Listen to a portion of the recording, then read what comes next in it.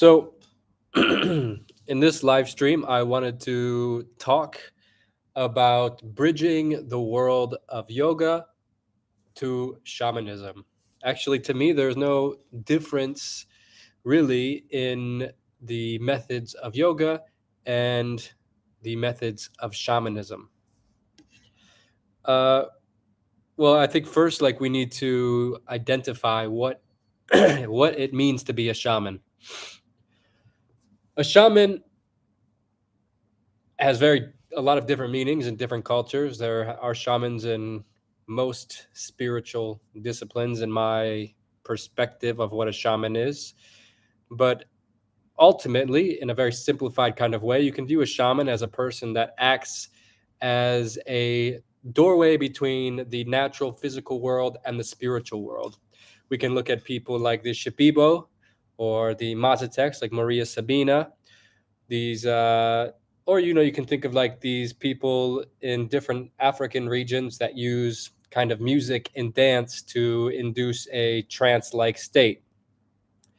I believe that the trance that is invoked in the shamanic methods is a gateway to another place.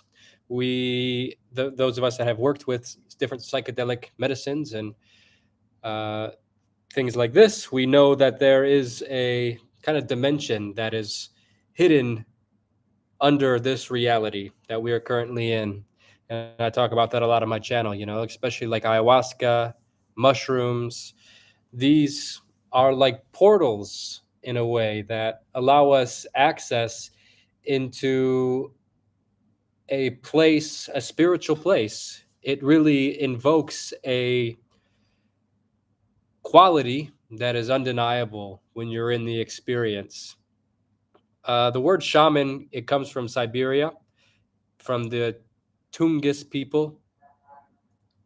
But my reference to shamanism is mostly the Shipibo, which are these tribe in the Amazon jungle who are the inheritors of ayahuasca. They have these deep history, this deep well of knowledge and of generations, a foundation of how to work with this world.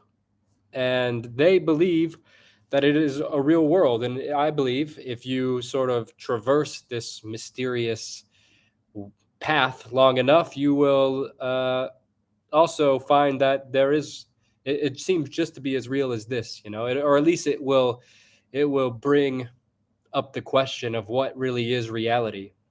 Because when you do one of these ceremonies, these ayahuasca ceremonies, you're confronted with you're confronted with a dimension that is spacious in the same way that we are here in this physical world. We're here in earth, and I can move my arms around and I can walk and I can communicate with things. In the ayahuasca trance, this this quality of space, this quality of creatures and entities and a world emerges in the same way that when you take birth into earth, this world emerges. And I view, ultimately, I mean, it is how it is. This experience that we are having is a sort of biochemical hallucination. We see the world in this kind of way because of our natural biology. It produces this hallucination that we call reality. If you have a different biochemistry, if you're like a dolphin or you're like a bat or a different animal, you see a different kind of world. Or if you take chemicals that change this chemistry, you see a different world, which is the ayahuasca world. Um, or whatever world that is, the DMT world or the salvia world or the different types. So these Shipibo, they have a very deep understanding of this world because they have, you know, their grandparents and their great grandparents and back for as long as we can imagine have been interacting with this space. in our culture, at least where I'm from in Detroit in the United States, we don't have any context to this kind of experience. It's kind of just fairy tales or is not even acknowledged at all. And it's very strange that it's not acknowledged because it's very powerful and it's very like it just really confronts us with this idea that we really have no idea what reality is. If we can just drink this little potion and then all of a sudden we're transported to a world that's filled with entities and filled with things that are intelligent in the same way that if you speak to a professor or you speak to your parents or your friends or anybody, they have an intelligence to them. You can experience this in the psychedelic experience. And when you begin to look in the Hindu worldview, you see that these people are also accessing altered states of consciousness. Actually, the Rig Veda, which is the oldest Veda, which Veda is a sort of collection of texts, the Vedas. These are what the Hindu philosophy is kind of based around. And it goes back thousands of years. And the Rig Veda has about 112 different hymns to this plant of the gods. They call it Soma. No one today knows what Soma is. There's different ideas of what it could be. Gordon Wasson thinks it's a mushroom. Other people think it's a different thing. We don't know for sure, but we do know that the origins of Hindu thought were inspired by the plants. Today, it's not looked at as being kind of an acceptable form of yoga, but in the original foundation of this, it was a very important ceremony and practice to use this soma. So,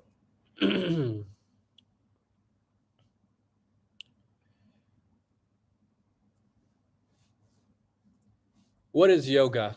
Yoga in Sanskrit means something like connection or union, particularly in the context union to truth, to spiritual truth, to something beyond illusion.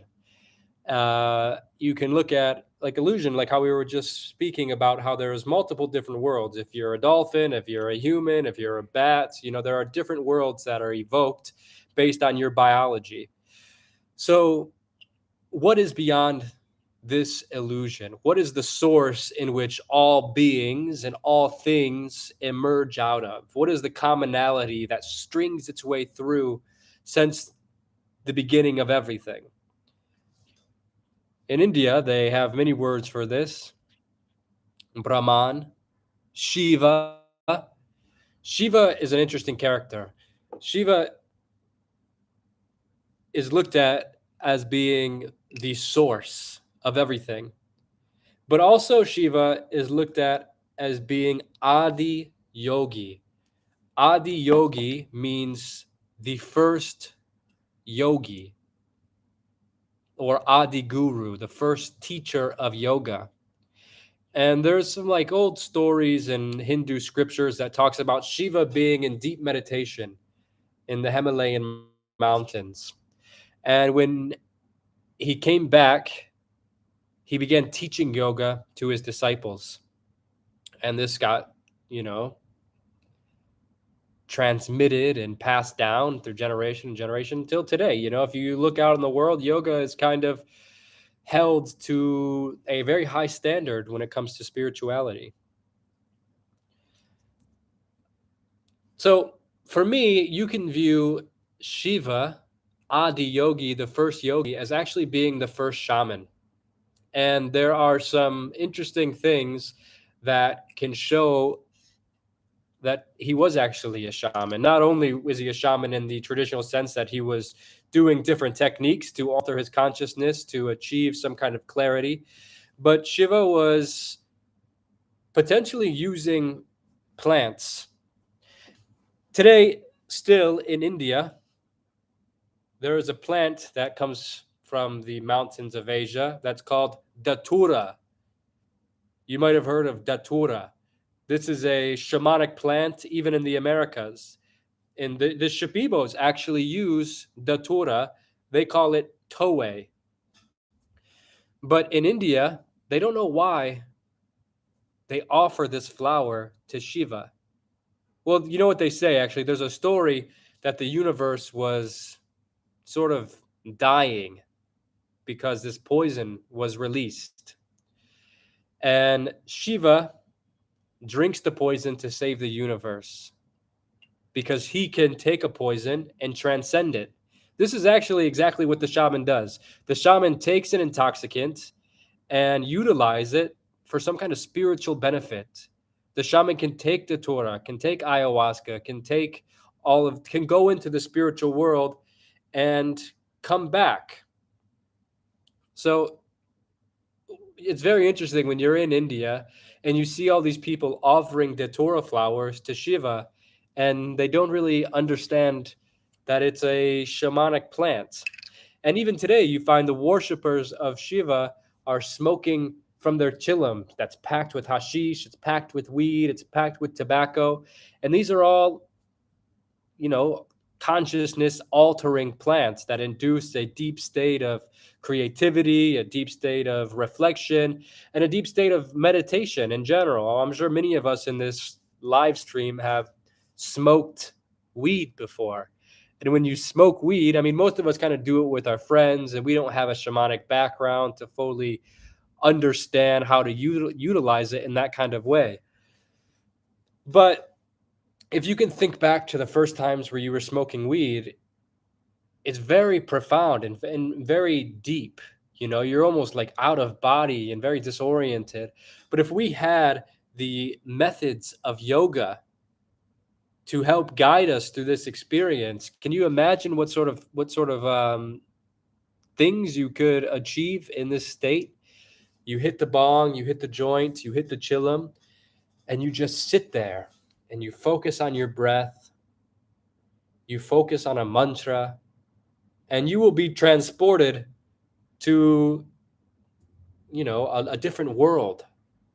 And if you have not tried this, it's something that you could try very easily. Weed is legal in the United States, and I suggest, if you don't believe me, to give it a try, because you will reach a very deep, profound state through this way. But I think it's very important to have some kind of foundation, which is why I say, like, the Shipibos are very powerful, because they have this deep foundation and they've maintained it throughout generations and generations. They know how to navigate the psychedelic world. They have many plants that they use, and actually they undergo a sort of initiation, which they simply call a dieta.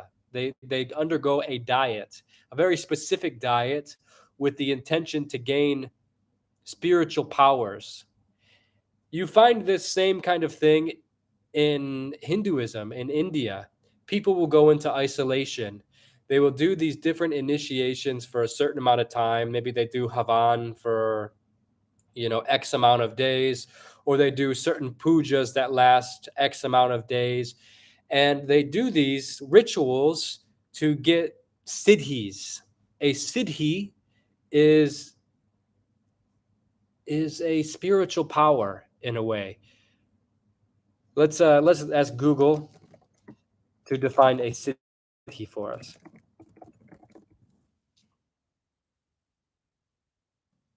A siddhi is a spiritual power or accomplishment that is believed to be gained through intensive spiritual practice and meditation. The term siddhi comes from the Sanskrit word siddh, which means to obtain or to accomplish. Siddhis are mentioned in various Hindu scriptures, including the Bhagavad Gita, the Yoga Sutras of Patanjali. There are said to be 8 primary siddhis, which include the ability to make small or large at will, the power to levitate, the power to make oneself invisible, the power to control the elements. And this is interesting, the Yoga Sutras of Patanjali, because it mentions plants.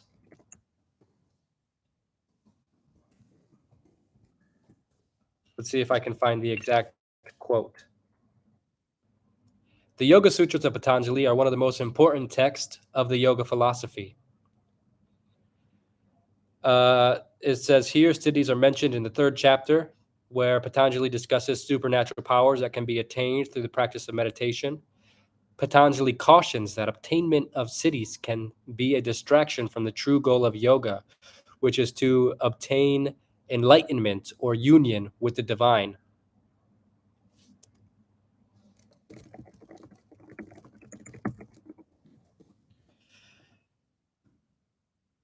Now, this is interesting because this is exactly, and the goal in like the Shibibo tradition is not to obtain enlightenment. It's a bit like witchcraft. It's they get powers. They say that they can have prophecies. They can see the future. They can see where a person needs to be healed. And the way that they do this is through their dietas. They will take a specific plant and befriend this plant through a union, a symbiotic relationship, by ingesting this plant for many months at a time. Um, for example, there is a plant called Kamalonga. If you take this plant, Kamalonga, for many months at a time in isolation, and when you're in isolation, you're not speaking with people, you're eating very simply, no salt, no sugars, no spices.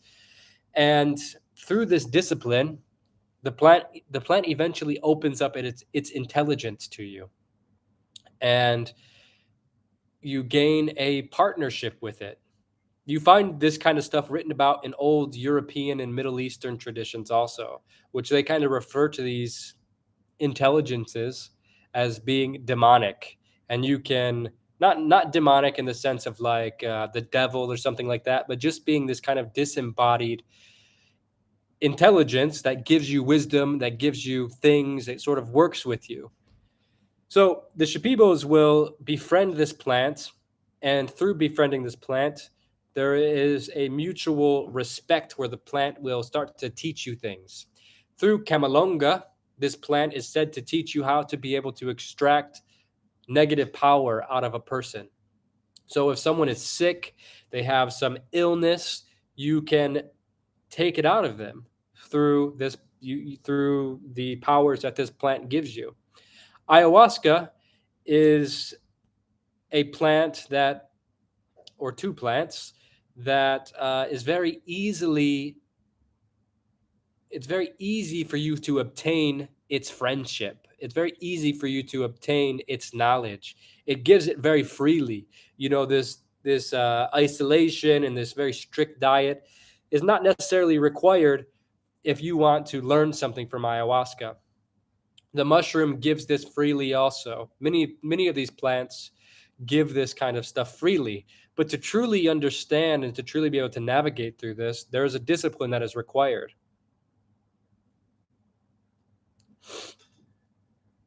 Um, so Patanjali in the Yoga Sutras, he says there's different ways to get these siddhis, these attainments. And I would like to read them to you. One of them is janma. Janma means that you are born with these gifts. Another one is mantra, through sound vibrations, incantations, speaking divine words. This is another practice that you find all throughout shamanic traditions. The Shipibo sing what they call ikaros, which are these sounds, these words, these incantations, spells that are taught to you through the plants. The plants teach you these vibrations that allow you to heal. When you're in the ayahuasca ceremony, the shaman is singing to you. And through my personal experience, I've seen the power of these ikaros, which can bring things to the surface. They can take you very far out. They can bring you back. They can raise the energy, lower the energy. They can make you vomit. They can do all these. They can bring emotions out of you. It's very interesting. In India, chanting is also a very popular form of meditation. Jap mantra, where you are the repetition of the divine names, of divine words. The most famous one, of course, is Om. In the Hindu thought, there's this idea that this syllable, Om, represents the sound of creation, that all things in this creation are vibrating within the spectrum of Om. And that by chanting this Om and repeating it, that we can do what the universe is doing, that we can be the primordial sound. Even in the Bible, it says, in the beginning was the Word. So you find this pattern in spiritual disciplines where there is an importance placed on sound. Another one is tapa, which means training of the senses or austerities. Like going into isolation. These things, I met this interesting guy. We call him Aloo Baba. In Hindi, aloo means potato. There's this guy who lives outside of Pushkar in Rajasthan, in India. It's a state in India. And I spent a day with this guy, Aloo Baba. He is this old man. He's a sadhu, and he only eats potato for like a very long time, like 30, 40, maybe even longer than that, years. He only eats potato strictly. And when you ask him why, he says, because when you make a commitment to one thing, you can control your mind. You're not sort of burdened with variety, You are single pointed. And this is also the point of a mantra or the point of meditation. The point of these things, these practices, is to become single. A mantra, to go back to chanting, the way I kind of imagine it in my head is that you are like, you look at your thoughts as being a messy room, and the repetition of a mantra is like sweeping all of the clutter, all of the junk into the middle, until eventually it's just this single pointedness of awareness where all thoughts are gone. You enter a transcendent space. The other one is samadhi. Samadhi is deep concentration.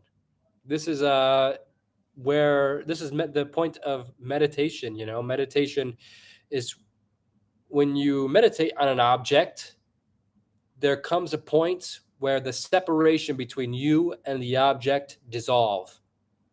Like the mantra we were just talking about, a transcendent space. This is samadhi. And another one is I don't know how to pronounce it. Let me Google, make sure I got this one right. How do we say it? Asudadi. Maybe if there's an Indian, you can correct me. But this means that you can gain spiritual powers. This is in the Yoga Sutras. This is the foundation of yoga. This means that you can gain siddhis or spiritual clarity through plants. This isn't talked about much in Hinduism these days because the British came, they made all these plants illegal. They made marijuana illegal, despite that it is ganja is a Sanskrit word. Datura, to go back to Datura, is a Sanskrit word. So I'm just going to read a little thing here. It says, there is said to be an ancient elixir that when ingested breaks down the barriers. It is also said to be an inner elixir in the subtle aspect of our own being. At the more surface level, we are all familiar with the various drugs or chemicals that break down the barrier between the conscious and unconscious. Throughout spiritual and religious history of humanity, Plants have always been used responsibly in this way by many cultures. While we are not suggesting drug use here as a means of spirituality, I am actually, it would not be complete to not mention this as one of the ways that people break down or remove barriers between the conscious and unconscious, between the physical and the spiritual. Plants are a means of removing this barrier. Thank you, Dennis, for the donation. I appreciate that. So I've spent a lot of time hanging out with sadhus in India, and they have many different ideas. A sadhu in India is just a holy person. To me, a shaman, a sadhu is a shaman. They are doing these different methods to achieve spiritual realization. Some of them use plants, some of them don't use plants, some of them are doing these different things to their body. For example, I met this guy. I can't think of his name right now, which is kind of bad on my end because he's a very powerful individual. But I met this guy on my way to Kamakhya, which is a very famous Shakti Peeth in Assam in India. This guy put his arm up 15 years ago and never put it down. Never. He never put it down. Like this. And it's now stuck that way. He couldn't put it down even if he wanted. And he did this as a way to break down the barriers. It sounds crazy to someone like us from the West or someone that has no context to this shamanic or yogic world, because why would you put your arm up? Why would you sacrifice a limb to achieve God? Can't you just meditate, or can't you just do, something like this? But one of the boundaries that keep us from understanding our spiritual nature is the body. The body is one of these barriers, which is why meditation just suggests just sit there. Just sit there, focus on your breath, focus on a mantra, focus on something other than the impulses of the ego, the impulses of the body, and you will reach something that you didn't know existed, potentially. Maybe you guys do, I'm not sure. But for me, I went through my whole life without knowing that these things were real. And if you do this, if you go sit down for even 10 minutes, 20 minutes, an hour, you'll see how strong the body's impulses are. You sit there and you say, ooh, I'm hungry. It's almost dinner time. Okay. Go back to the, oh man, I gotta pee. Oh, I wonder what that girl is doing. You'll have all these thoughts start to come to the surface. And maybe you'll start thinking, oh, this is stupid. Oh, my back is a little uncomfortable. Oh, all these different things. Because the body doesn't want to just sit there. The ego doesn't just want to sit there. It wants to control you, and it wants you to chase your desires. It wants you to be deeply attached, because without being deeply attached to the world, the body doesn't know how to function. The ego doesn't know how to function. So these are all methods. The shamanic and yogic methods are always to break this illusion. This guy that put his arm up sacrificed his arm as a way to say, like, I'm not my body. And I'm willing to give away my arm to prove that I am not my body. It's a sacrifice.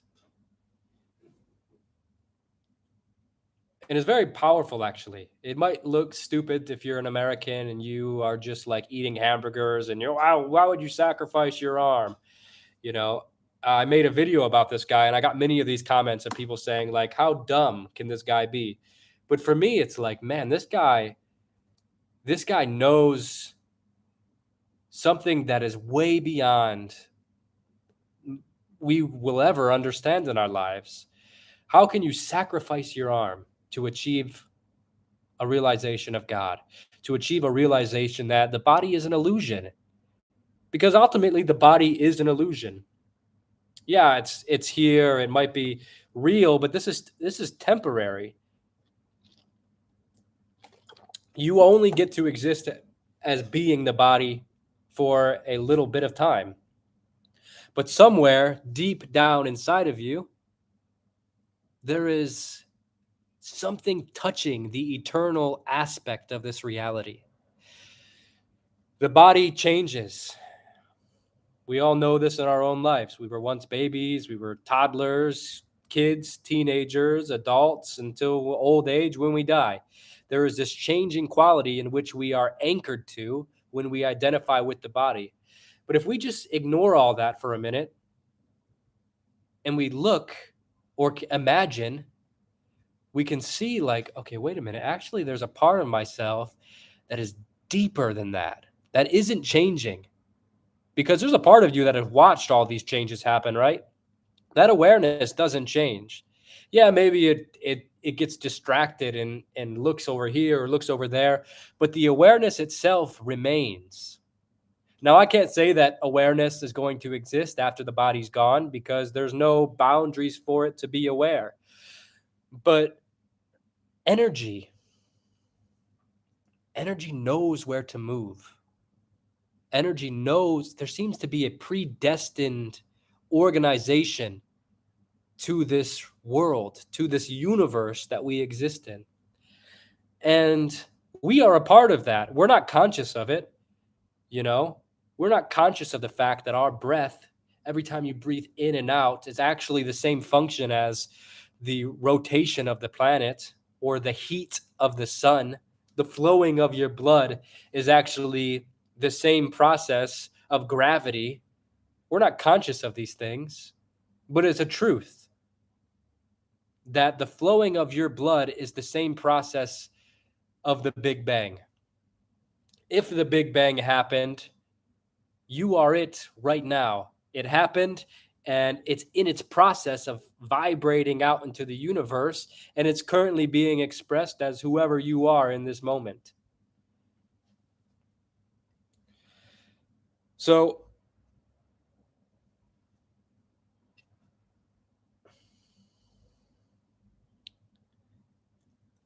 like shamans, yogis are often viewed as healers or spiritual guides. People go to yogis for blessings. They go to them to show their respects. They go to them for philosophical understanding. They go to them when they're lost. This is the role of the shaman in indigenous communities. Shamans may teach you something to help you, yogis may teach you something to help you overcome illnesses. Now, seems like woohoo hippie stuff, but then we see people like Wim Hof, who teaches breath work, who teaches you how to go into the cold. He will go into I think he hiked Everest barefoot in shorts and shirtless or something like that. Someone can Google that to see if I'm right or wrong. But anyways, he goes into freezing water and he can be okay. He can sit there in snow and focus on his breath, and through that, learn to control the heat within his body. He gives this knowledge, he credits it to the yogis of India. There was a study done where these doctors injected Wim Hof with these viruses, and Wim Hof was able to heat up his body through breath work and kill these viruses. This is a scientific study. You can do the research yourself. So the yogis have this knowledge. It's not like some fantasy. Equally, the shaman, particularly what I'm interested in, is the shamans that work with the hallucinogenic plants, have this same kind of knowledge.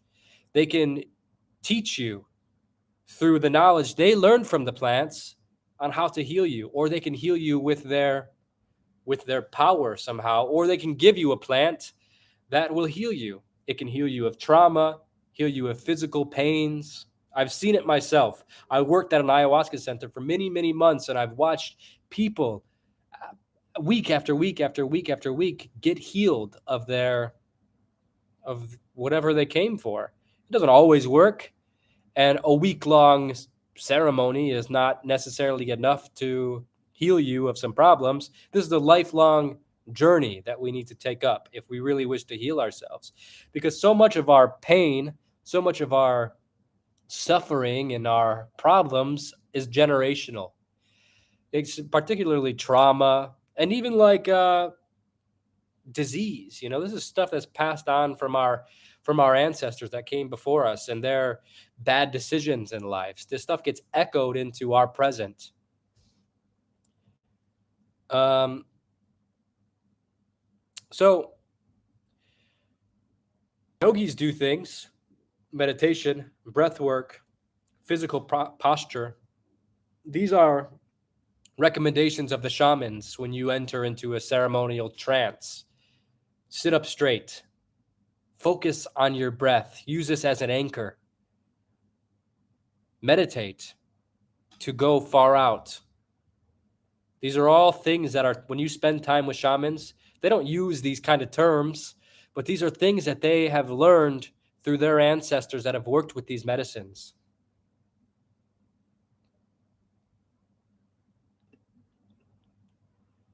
Now, the shamans, the yogis also speak of different. Thank you guys for these donations. Closer to God and yay. I appreciate you.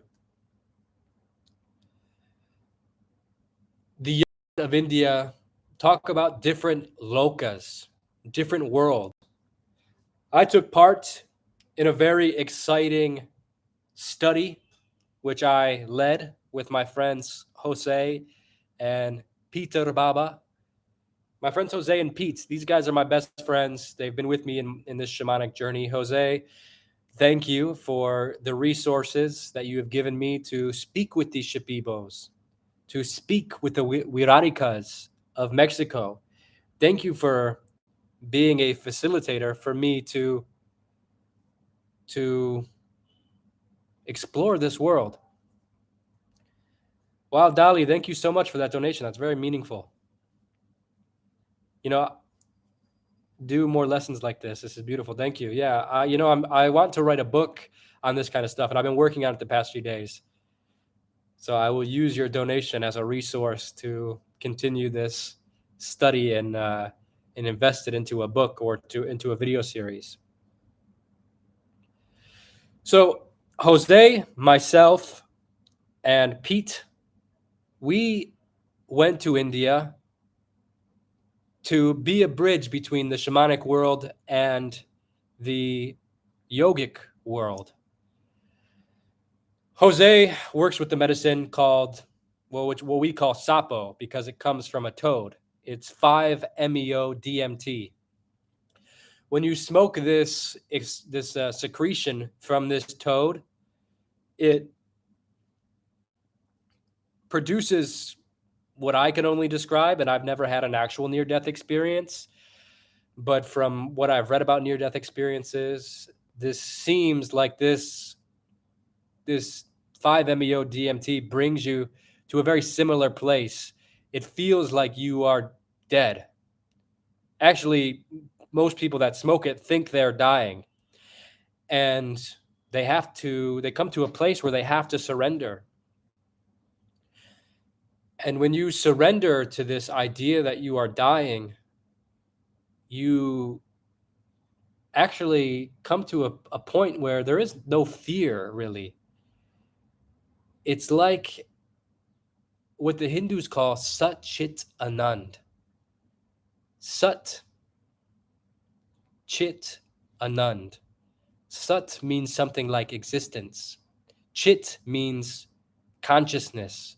Anand means bliss. You get to this point where you're just pure reality. And when you're there, it's blissful. It's what the Christians would call heaven. You go to heaven and it's like everyone is there. And I had this experience when I smoked the sapo. I died. I went to heaven, and it was like all people were there waiting for me. And they were like, finally, you've arrived. You're actually always here, but you've been so distracted by your life that you didn't see that we've been guiding you and cheering you on through all of it. But here we are. And it's not like you're seeing all these individuals or seeing like a crowd of people. It all exists in this overwhelming tidal wave of light. And you are the light, but you are also separate from the light. And inside this light is all the answers.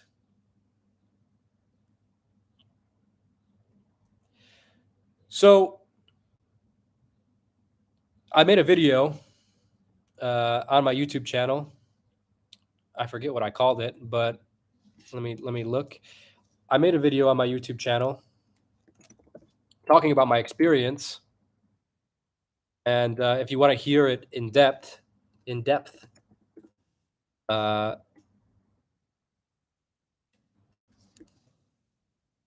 I suggest you go watch it. It's called, where is it? Where are you? Well, there's a couple of them. Just go to my YouTube, type in 5-MeO DMT, and you will see it. I smoked toad venom and thought I died. That's a good one. It really details my experience.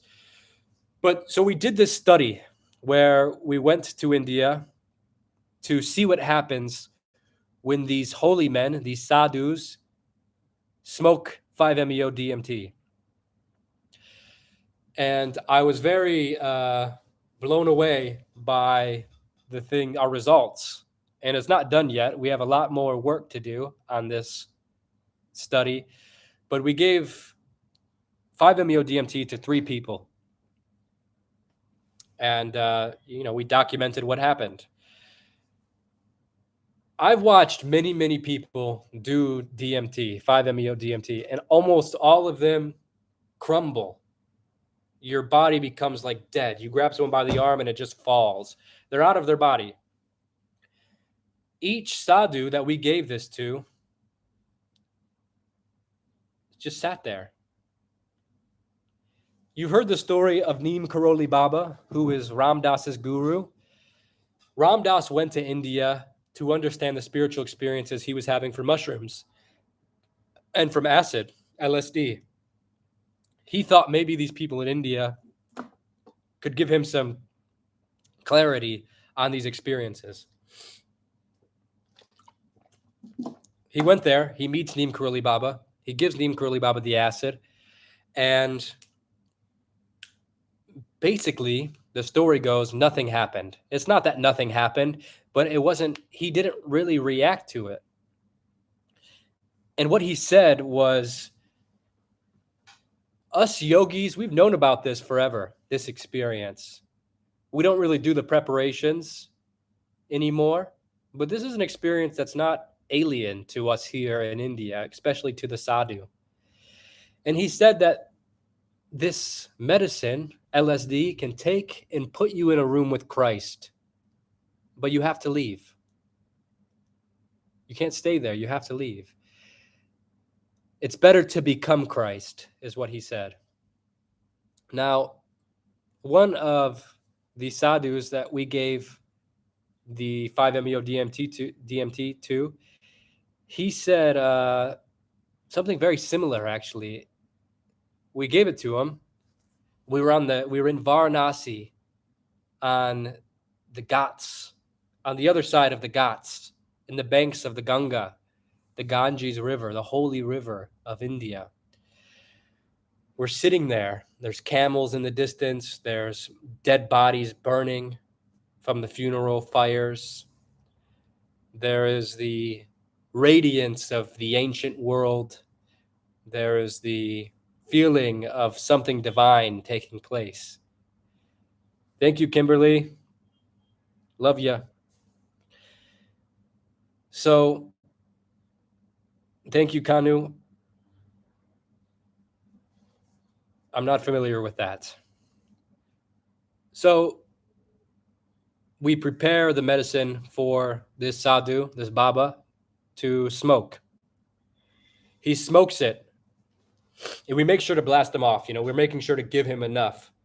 He smokes it and he sits there. After about 5 minutes, he opens his eyes and looks at me and he says, "Are you happy?" Because leading up to this experience, I was like, oh man, this is the Baba that I spent a lot of time with. He's actually my teacher. And I was like, I'm going to show you what we're doing over in the Americas. Show you some real spiritual practice. We're going to blow your mind. And the first thing he says to me is, "Are you happy?" Because he was doing it for me, you know. He knew that I was excited, and he looks at me and he goes, "This is just the experience of some light." He said, you smoke this sapo, which is with the 5-MeO DMT. We call it sapo. He says, you smoke this sapo and it reveals some spiritual power to you. For someone that doesn't believe in spiritual power, this is a good tool for them to see that it's real. But it doesn't give you spiritual power. It's just a window to show you spiritual power. You smoke it, you see it, you come back and maybe you're blown away, you feel inspired, but ultimately you're just kind of left as the person you were before that now has this experience. But you don't have that spiritual power anymore. You smoke it, okay, where is it? Show me that power that you saw. He said it's a shortcut, but yoga and meditation, the path of the sadhu, is the long way. And it is the spiritual power. He said, Sapo is a temporary light, but my light is forever. Sadhu means Sapo forever. That's what he told me. And this changed my whole understanding of Hinduism and of yoga. I didn't believe this story of Ram Dass and Neem Karoli Baba. When Neem Karoli Baba took the acid and nothing happened, I was like, yeah, right. If you take acid, something is going to happen. And I do believe something happened to him, but like that it didn't really affect him, or like that he was coherent, or that he could like just, I didn't believe it until I watched this Baba do this. He told me that sadhu is the final medicine. Sadhu is the final medicine because it doesn't require anything other than itself, other than the spiritual path. And I was like, wow, fuck. I thought this was going to blow your mind. And I'm the one that's having my mind blown. We gave it to another one, a woman. She smoked it, and she was in a deep trance. Again, just sat there straight. After about 10, 15, 20 minutes, she comes out and she says, this medicine is a success. And she was chanting. She was like praising Shiva.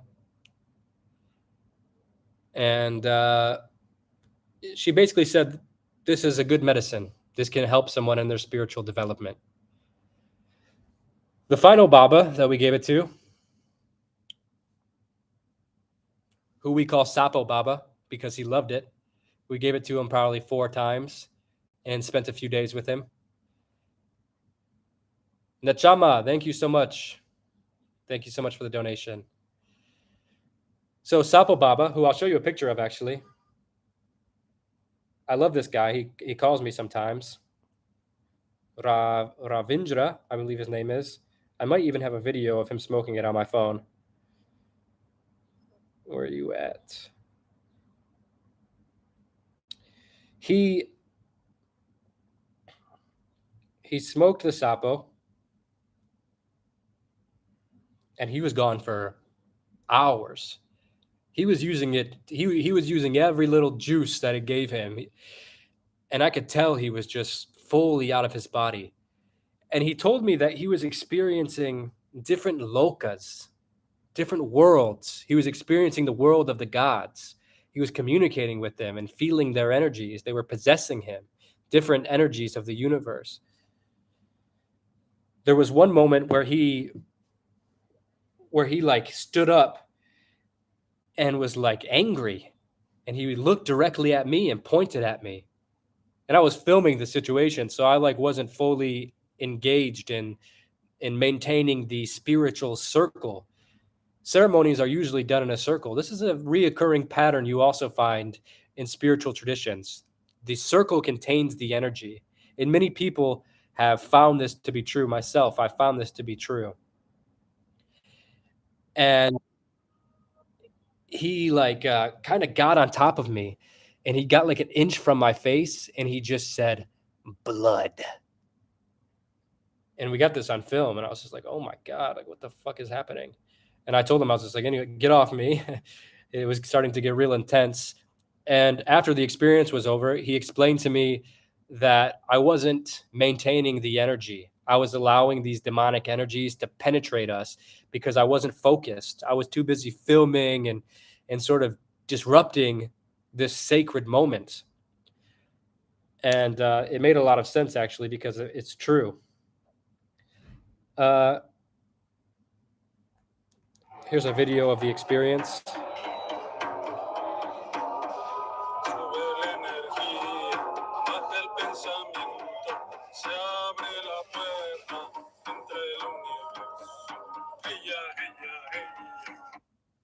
That's Jose sharing some of his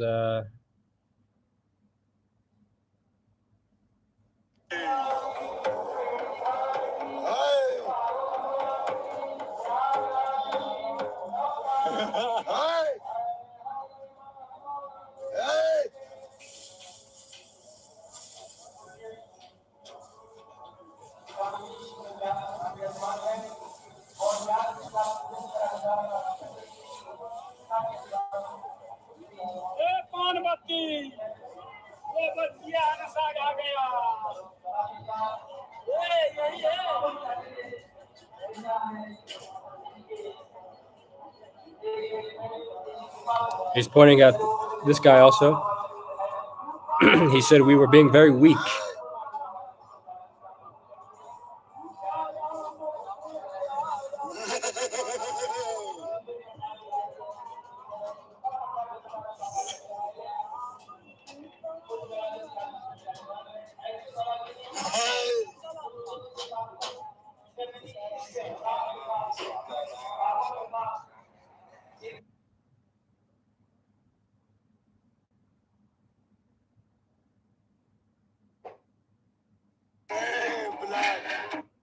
Here's where he says blood. Blood.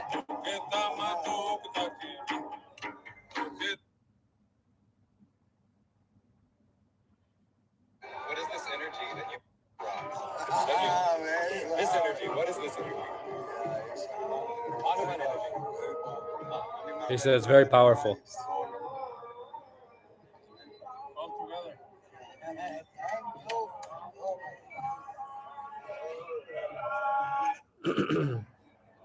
Here's a different time we gave it to him.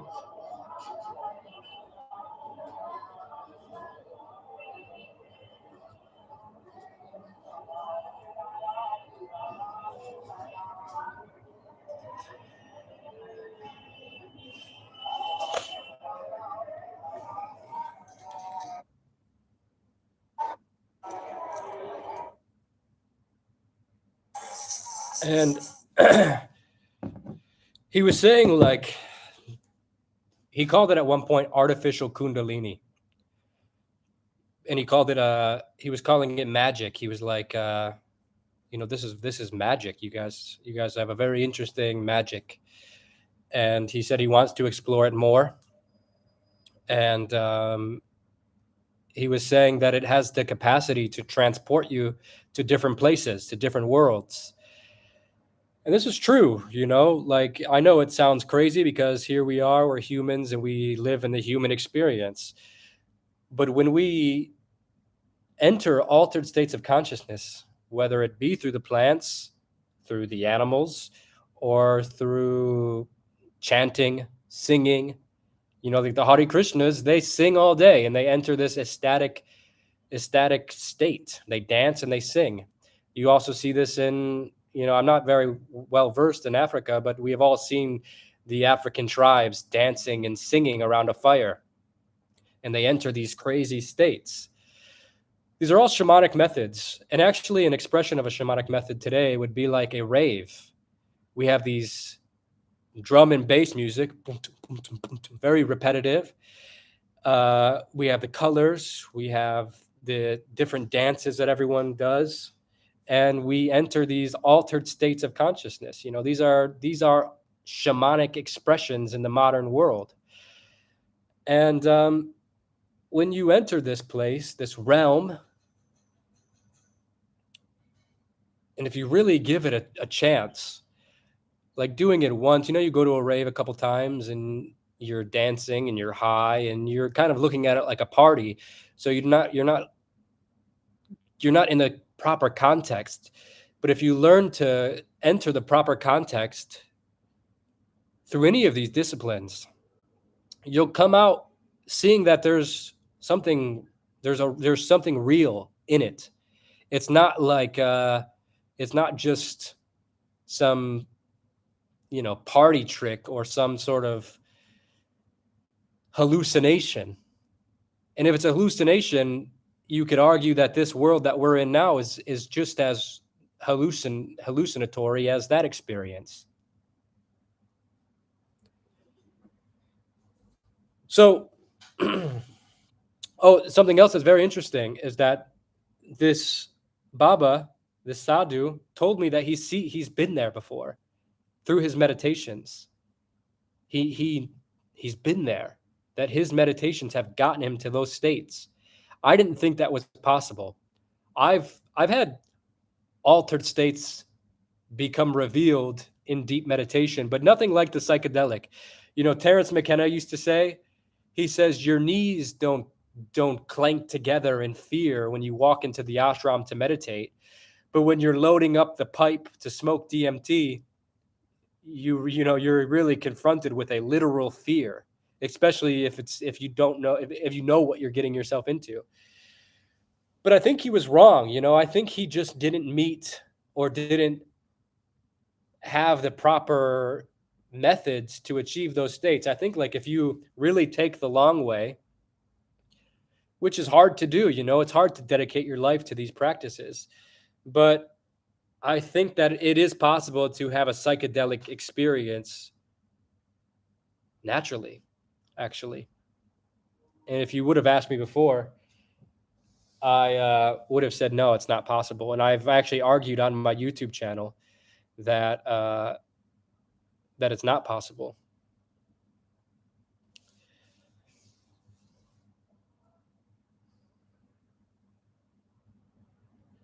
And you know, I have spent a lot of time with these sadhus, smoking weed with them, sitting in their circles. I just made this little clip. I'll show it to you.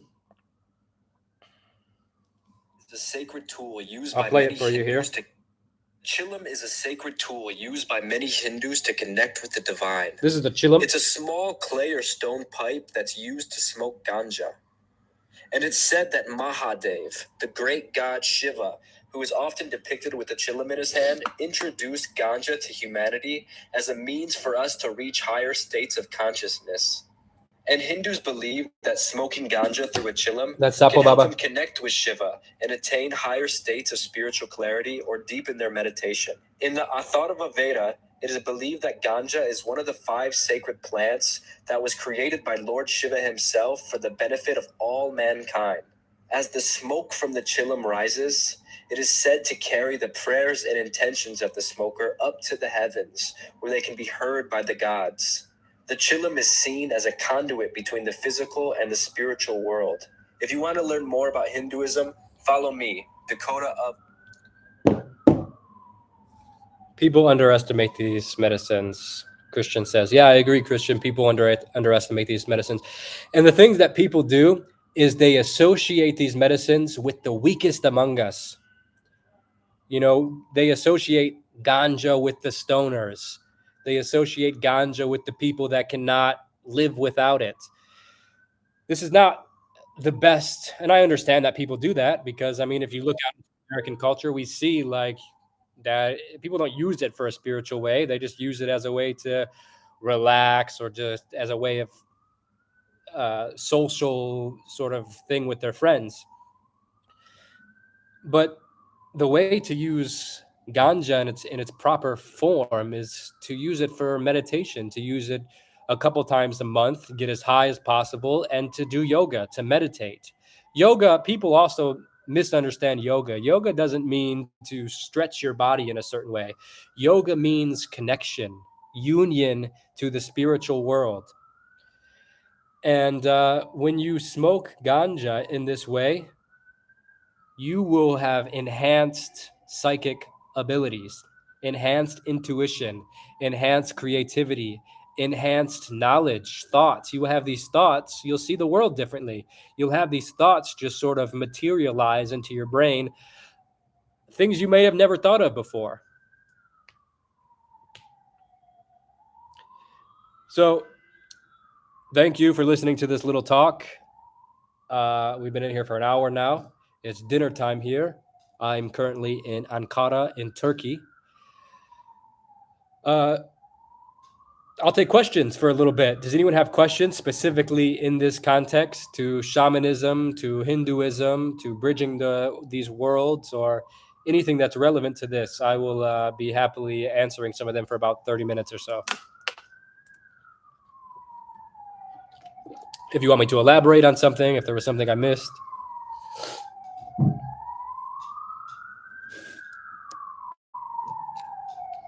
How to start shamanic yoga.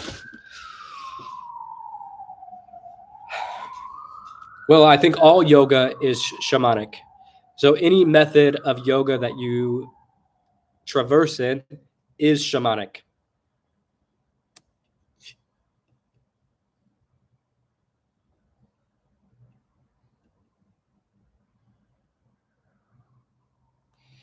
I am Hindu. The depth of this is too much for me to convey here. He is talking in somewhat shallow interpretations. Please elaborate. I would love to hear on what I am saying that is shallow, because I feel like this is a very deep conversation, and I would like to. I like this sort of poking holes or finding the holes in my narrative, because I'd like to tighten up my ideas. So please, if you have some critique, give it to me.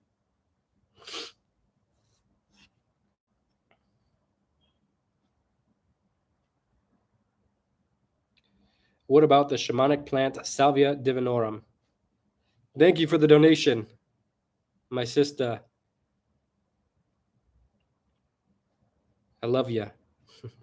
Salvia divinorum is a plant that the Mazatecs use in a ceremony. I've done it with them in Oaxaca, in Huautla. They don't smoke it. They eat it, actually. They eat the plant, the leaves directly. They put a little bit of honey on there, and you start to eat the leaves. I didn't eat much of it, but I ate enough of it to sort of manipulate the saturation of colors and to have a little very slight visionary experience. I didn't go too deep with it. But salvia, when smoked, gives people very intense experiences, very kind of demonic experiences. It's looked at as being a sort of brujo plant, is a plant that is used by witches or people that are interested in gaining kind of supernatural powers. Datura is also used in this kind of way. It's a plant that gives you powers, they say. If you can learn to befriend the salvia plant, you will probably get very deep knowledge. For me, it's a very scary one. It's more intense than DMT when you smoke it, or at least the quantity is, it's not much is required to blast you into a different universe. But people have very disoriented sort of experiences. It seems hard to bring back something spiritual from it, at least from what I've read. But yeah, salvia is a very powerful plant. I would like to learn more about it.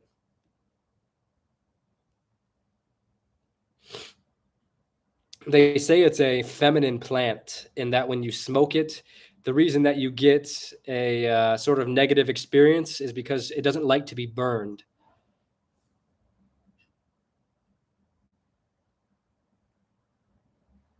The spirit of the plant, you know, and I do believe that plants have spirits, that there are intelligences that hide within nature that we can't recognize. Weed will not bring you something you cannot achieve without it. Well, I disagree. You know, people say this also about DMT and stuff like that. You can't have a cannabis experience without smoking cannabis.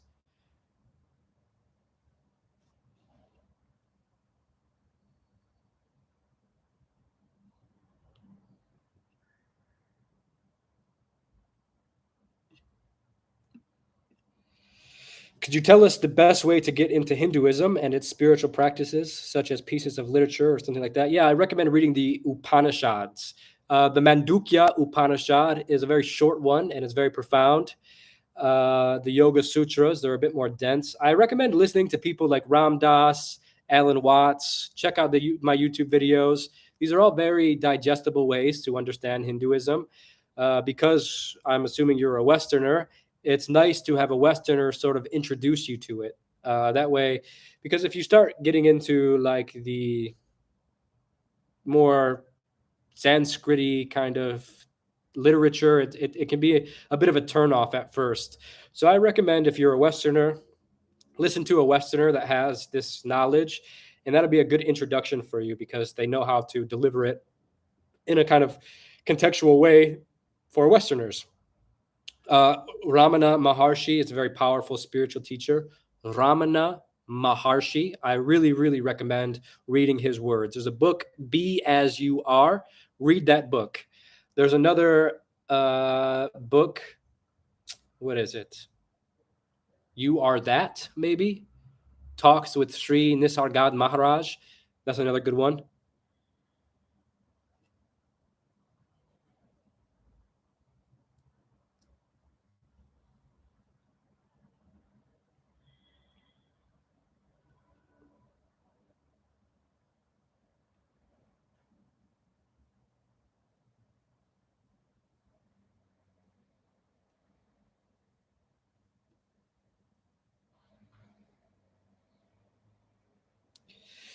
Do you believe that our imagination is the mind's tool, connects us to higher dimensions where everything exists together?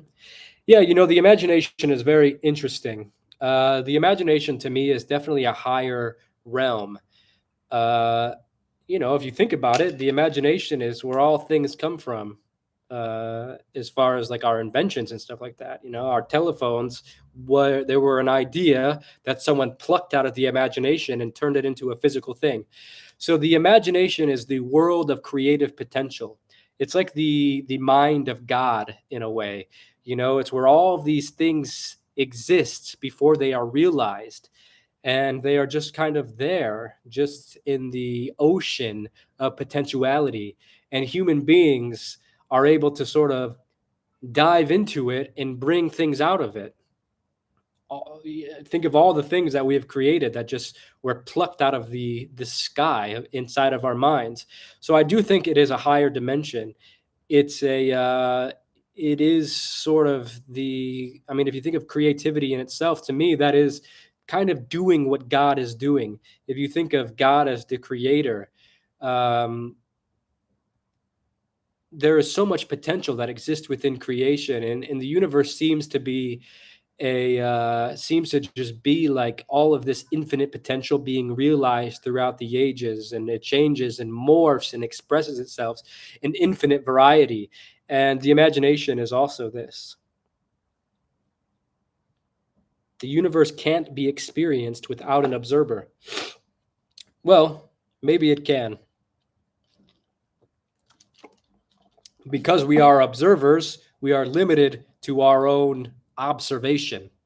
You know, it's like trying to see your own eyeball, you know, or like it's like us not being able to recognize the intelligence of nature because we're lost in our own intelligence. You know, we think that our perception of how intelligence can be expressed is the way that we express it. But maybe there are other ways that exist.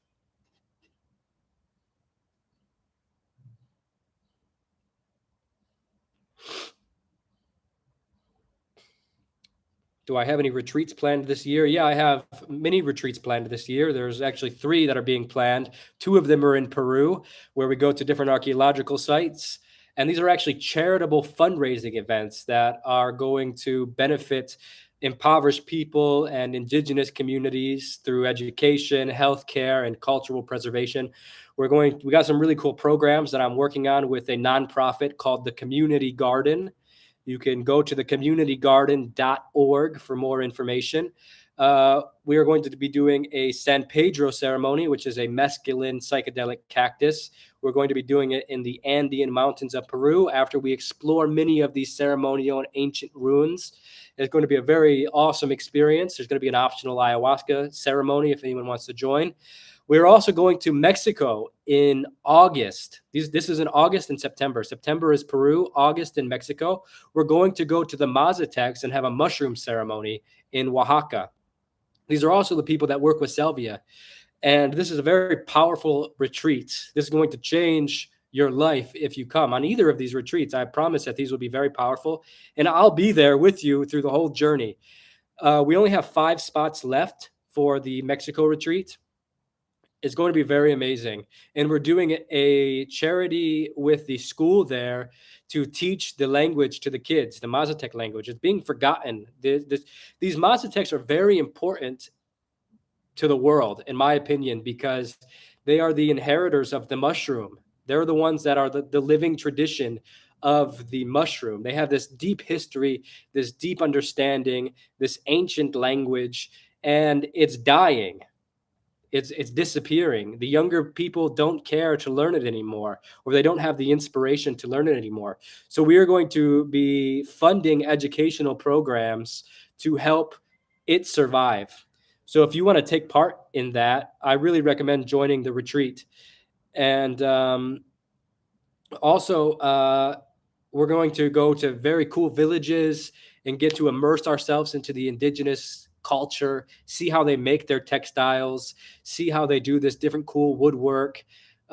We go to Monte Alban, this pyramid complex where there's these, ancient pyramids and all kinds of really amazing stuff. If you want to go, you can send me an email, dakota@dakotawint.com, or go to thecommunitygarden.org, and all the information is there.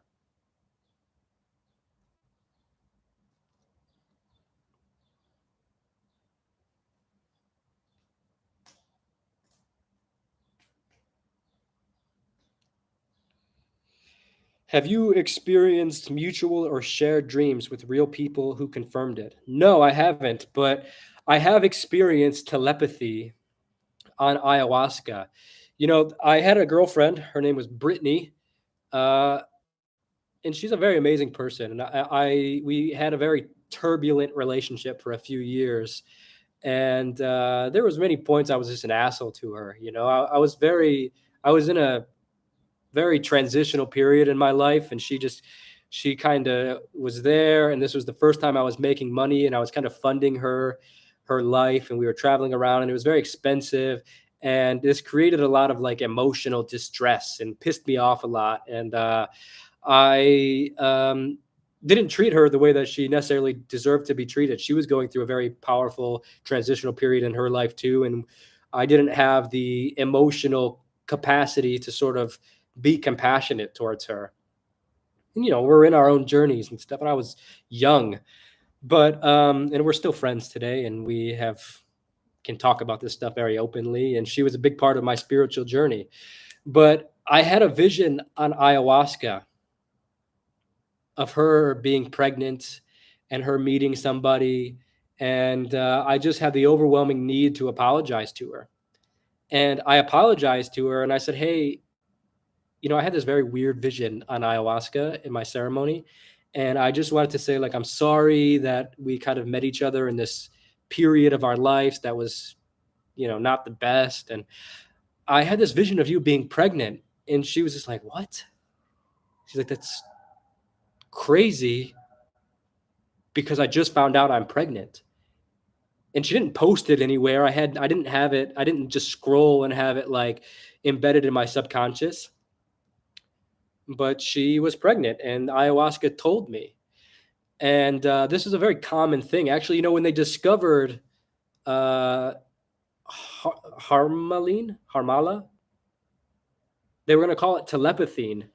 That was the original name for the compound that was in ayahuasca. They were going to call it telepathine because telepathic experiences were so universal to people that went through these ceremonies. So no, I haven't had dreams of it, but I have entered the astral world and been able to see prophetic visions through ayahuasca. How did it show me that? It just showed me. I don't know. It just showed me.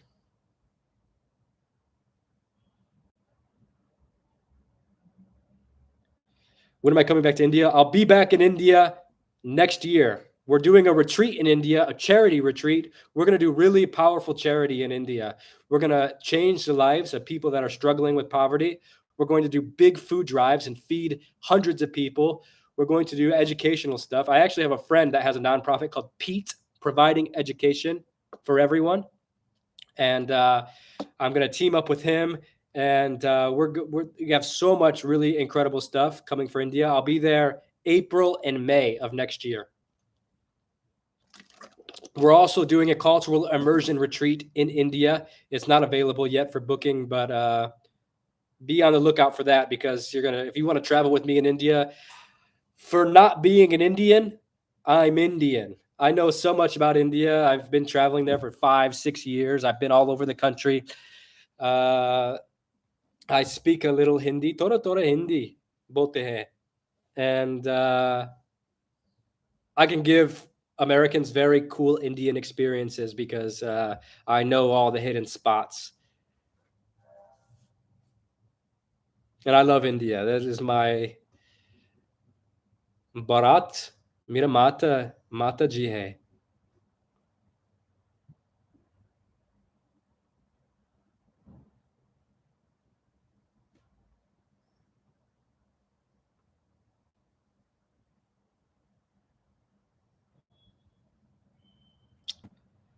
Your mom is Mishtek. Sean, that's very cool. If you're not able to make it to the retreats, there are other ways that you can help. I don't fully know all the ways that you can help, but if you have any ways that you want to help, feel free to offer that to the nonprofit, info@thecommunitygarden.org. And, whether you want to donate or you have some other way that you want to help, I'd be happy to use your help.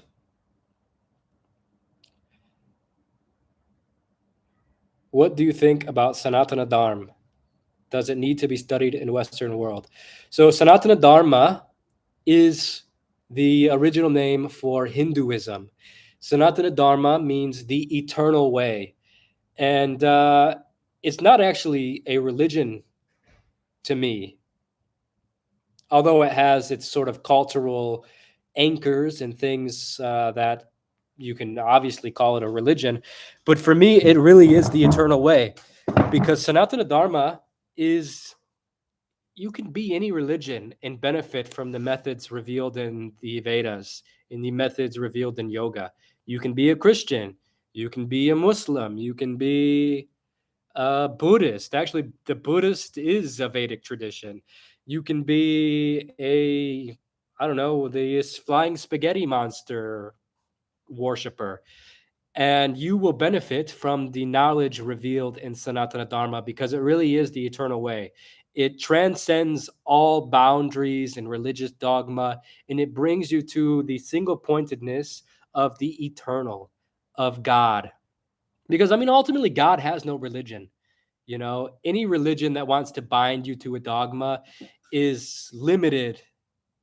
And it's beautiful because it can be a way for you to understand something. It can give you a guideline to live by, but ultimately it's not going to fully liberate you from all boundaries, which Sanatana Dharma will liberate you from all boundaries if you really take it full on. This is my opinion, you know.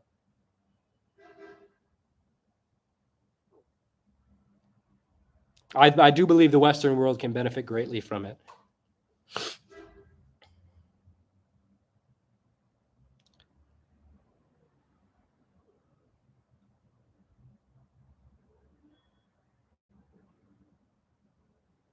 Ramana Maharshi once said, God, Guru, and the self are all one. Just like in Christianity, where they say Jesus, the Son, the Holy Spirit, and the Father are all one. The one expresses itself through the many.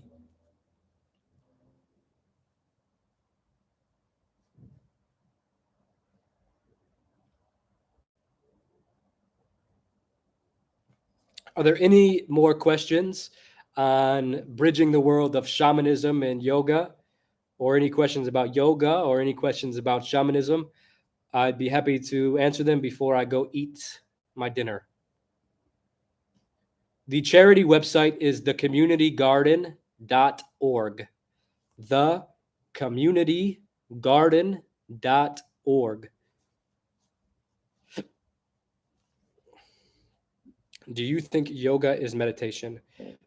Yes, meditation is yoga. How is yoga related to shamanism? You'll have to rewatch this hour-long talk that I just gave after I get off here. Do you plan on becoming a shaman? This is an interesting question. No, I don't plan on becoming a shaman. I don't necessarily think one becomes a shaman. For me, the shaman is kind of a cultural role. You know, the shaman is somebody within a community that is a healer, or that has a sort of role within the community of a knowledge bearer, like a sadhu or something. You know, the sadhu is a person that you can rely on for spiritual clarity, for many things. Not all sadhus and not all shamans, but overall, there are. You know, this is kind of the surface level idea of what a shaman is, and I don't really think it's just something that you can just wake up and become. I think of myself as being kind of just an explorer, you know, like a kind of mystic. I think that I have stumbled upon mystical experience. I have stumbled upon the shamanic experience, and it's changed my life. And through that, I just am kind of like on a raft, just drifting through some mysterious unknown waters. And uh, yeah, I don't personally call myself a shaman.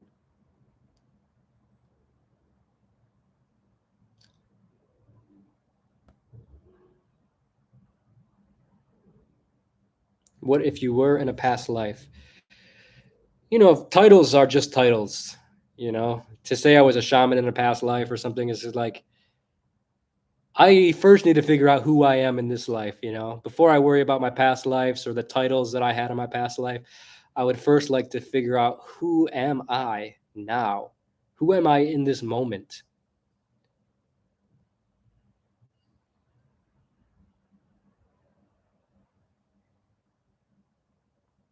Can I define meditation? That's an interesting question. I guess meditation would be the act of losing yourself into the transcendent, getting out of thought. The act of dismissing thought would be meditation.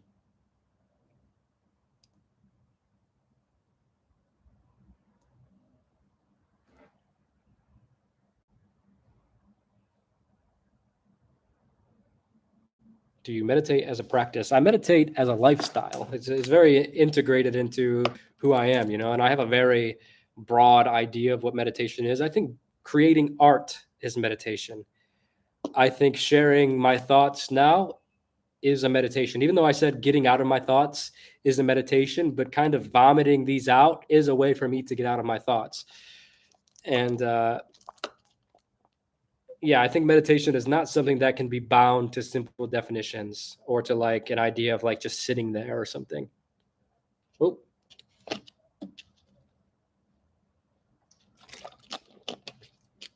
Have you met Mateus de Stefano? No, I've never met him. I've watched a couple of his videos and wasn't able to make it through it. You know, I doesn't he say like he was like a special person in a past life in Atlantis or something? These types of thoughts, I don't really get into those types of people that say that kind of stuff. And no offense to him, maybe he's telling the truth, but for me, like talking about like, you know, that you're an Atlantean star spirit and you're here to elevate the world through your, you know, your whatever. He's an Atlantean priest. Yeah, like maybe there's, you know, I see a lot of people like him, so I'm sure he's like speaking good wisdom and maybe he really believes it. But for me it's like you know, I don't need that. I don't need like knowledge of what Atlantis was. I need knowledge of who I am in this current moment, you know. And much love to him, you know. I don't have any hard feelings to them or these new age kind of teachers, but you know, there's a lot of money in it. And I think this makes people say some funny ideas sometimes. And I'm not saying he's doing it for money, but you know,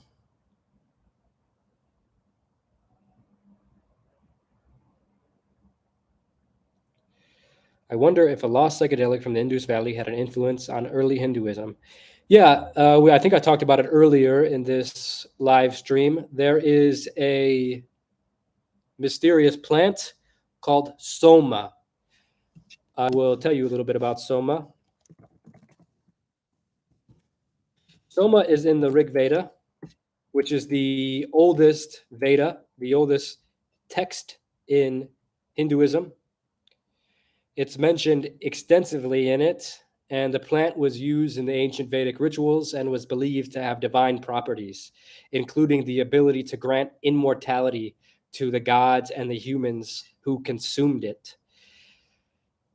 You know, I think mushrooms, LSD, ayahuasca, these potions and medicines that we use today also grant us immortality in the sense that they reveal to us that we are not the body, that we are consciousness itself simply being expressed in a temporary body, but we are eternal. You know, this is a very common realization people have when they take these things. The identity of Soma is up for debate. No one knows what it is. It doesn't have any botanical name ever mentioned in the text. It's described as a vine with yellow flowers and a sort of milky sap. Uh, some scholars have suggested many things. Ephendra is one of the plants people think it is. Gordon Wasson, who introduced the world to Maria Sabina, the Mazatec traditions, he says it could be the red and white spotted mushroom, the fly agaric mushroom. Some people say it's a blue lotus. I'm going to read the book Soma by Gordon Wasson and try to see how he says it's a mushroom, especially that specific mushroom. You know, I think there is something. I think there is a history of mushroom use in India that's been lost, because for one, the cow is very sacred. Krishna is always seen with cows. Shiva is seen with cows. Um, they're blue. You know, psilocybin mushrooms are blue. There are very interesting correlations with that you can, you know, associate to the mushroom. They even use cow dung. They consider cow dung very holy in India. They use it for cooking. They use it for building. Even when I was in Kumbh Mela, or like the small Kumbh, they were selling cow dung. I didn't ask why. I wish I would have asked why, but the Rig Veda describes Soma as being a divine gift from the gods, and it was prepared by priests. This was a priestly initiation. They would take this. They would be the ones that harvested the plants, prepared it, and done the ritual like a shaman. This is another reason why I believe that Hinduism is the oldest thriving shamanic religion, and they would chant and offer it to the gods. No different than what the Shipibo do. The Shipibo shamans, they understand the plant, they prepare it, they provide the ceremony, they do the offerings, they chant their ikaros, they sing their songs. They say that Soma was believed to induce a divine state of ecstasy. Most psychedelics do this. It allows the person that is drinking the Soma to commune with the gods and gain insights into the nature of reality. The experience of drinking Soma was described in the Rig Veda as spiritual illumination, and that the drinker was filled with divine inspiration and enlightenment. And the use of Soma declined in the later Vedic periods. It got lost, but its influence continued to be felt in Hinduism. You know, there were people that were saying that they found Soma and preparing it in ritualistic ways and offering it, but probably wasn't the Soma, the original Soma.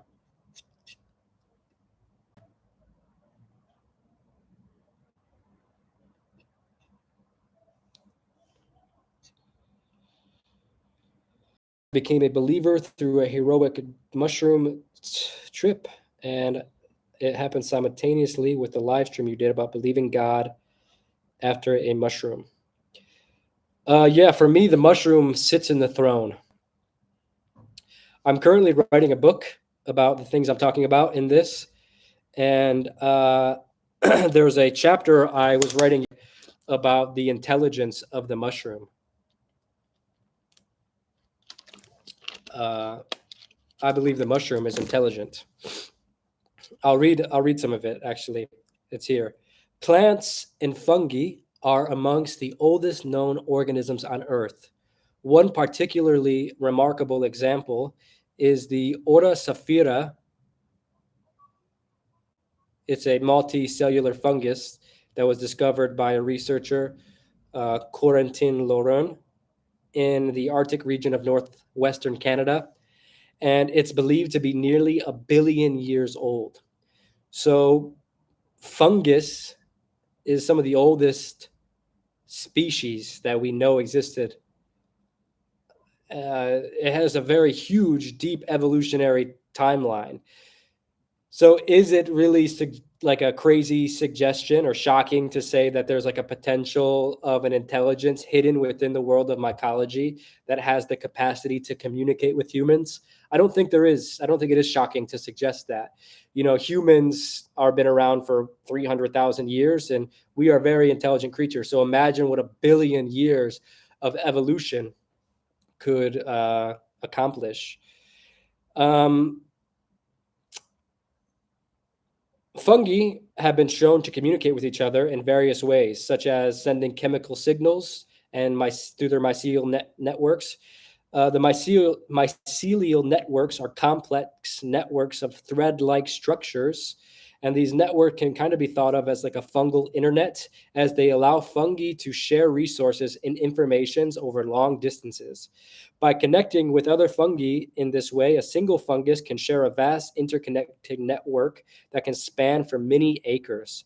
These communication networks are clear indicators of the intelligence among fungi, a fact that has significant implications for our understanding of the natural world. Fungus are also known to communicate with plants, forming a symbiotic relationship that can benefit both parties. For example, mycorrhizal mycorrhizal fungi form a mutual beneficial relationship with the roots of many plants, providing them with nutrients while receiving sugars in return. This example of nutrients and sugars through a symbiotic relationship is so effective that it's estimated that 90% of all plants on Earth rely on this for survival. This partnership has played a crucial role in the evolution of land plants, allowing them to colonize new environments and diversify into new species. And this relationship is not just a one way communication. Recent research has shown that plants can effectively manipulate their fungal partners to their advantage. For example, plants can adjust the amount of type of sugars that they release to their fungal partners depending on their need for nutrients. Additionally, plants can also signal to fungus when they're under attack from herbivores or pathogens, prompting the fungi to release specific compounds that can help the plant defend itself. So, my argument is that we also have a symbiotic relationship with the mushroom, and the mushroom has learned to communicate with us. Terence McKenna has this idea called the stoned ape theory. Basically, that humans, when the changing of a climate and they were kind of forced to look for new food sources, they would be following the cattle, and in following the cattle, because the cattle could find the food, they would eat the food, yada yada, and maybe eat the cattle. But in the early evolutionary stages of our development, we would have been trying all kinds of new food sources. And one of these is the mushroom that grows from the cow poop. And this mushroom was able to give people new ideas, new ways to hunt. You know, you look at the cow or you look at like a rock, for example, and think, hey, I can throw this rock. You know, for those of us that have taken the mushroom, it inspires new ways to look at the world. So Terence McKenna has a very elaborate hypothesis of this idea. I recommend looking into it. But the mushroom is without a doubt some intelligent species that has learned to communicate with us. This is my idea, not my idea. It's just an idea that other people have also thought of, but I believe this and I think it's true. And I think, like you said, you took the mushroom and now you believe in God because it revealed things to you. It reveals things to you. It tells you, hey, stop being stupid. Stop indulging in your idiotic impulses of the human experience and pay attention to something more real. Look, I'm showing you. Look at this realness. Look at the truth of this reality. This is what the mushroom says. And it's very beautiful that you experienced it and to know that I'm not alone and crazy. Are mushrooms devices of extraterrestrials? They could be. Terence McKenna talked about this. I could not elaborate it in the poetic way that Terence McKenna can, but just type in Terence McKenna mushroom extraterrestrial on YouTube, and he talks about this in such a beautiful way.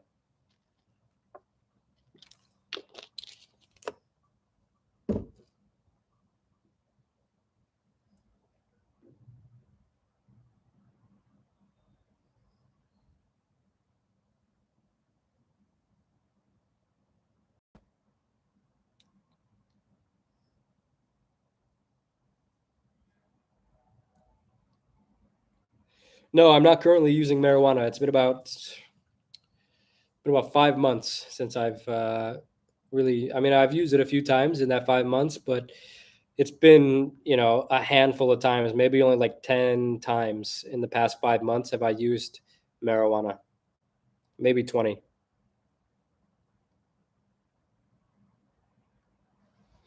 But I'm currently completely sober and I'm enjoying the sober life.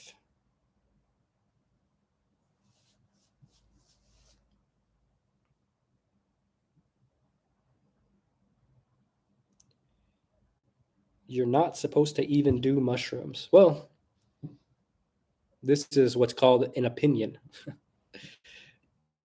not a rule book of things you're supposed to do or not supposed to do.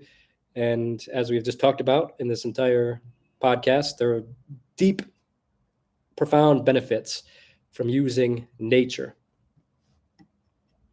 I understand if your religious affiliations tell you not to do something, but religion is ultimately just a guideline for life. It's not the objective reality.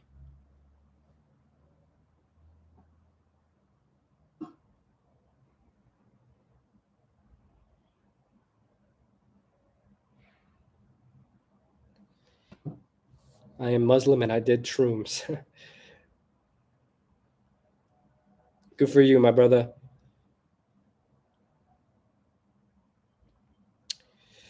Okay, you guys, thank you so much for listening to this live stream. If you missed it, please go back and watch. This is a very interesting one, and it's something I love to talk about. It's time for me to eat. My stomach is growling. So, te amo. I love you. Blessings. When Ram Dass was asked, how did you manage to stay on the spiritual path your whole life? How did you never lose track? How did you not just like lose yourself in the mundane bullshit that everyone loses themselves in? How did you stay in the realization of the holy? And he took a moment and paused and kind of just looked up. He raised his finger, looked out to the crowd, and he said, I trusted the mushroom. Please join me on my retreats. Elise, I'm very excited to see you again. And the other people in here, I want you to come to my retreats with me. They're big charity retreats. We're going to help a lot of people. We're going to help you. We're going to give you an amazing experience, and you'll get to hang out with me, and we'll get to become friends. Elise was just with me like last month, and we had like a great time together, and got to go see Gobekli Tepe and hang out around Turkey together and see all these ancient sites, and it was very cool. Karahan Tepe, and learn about the culture here. We got to really immerse ourselves. And anyways, come with me. See you around. Thecommunitygarden.org. Check it out. Love ya. Boom. Har Har Mahadev.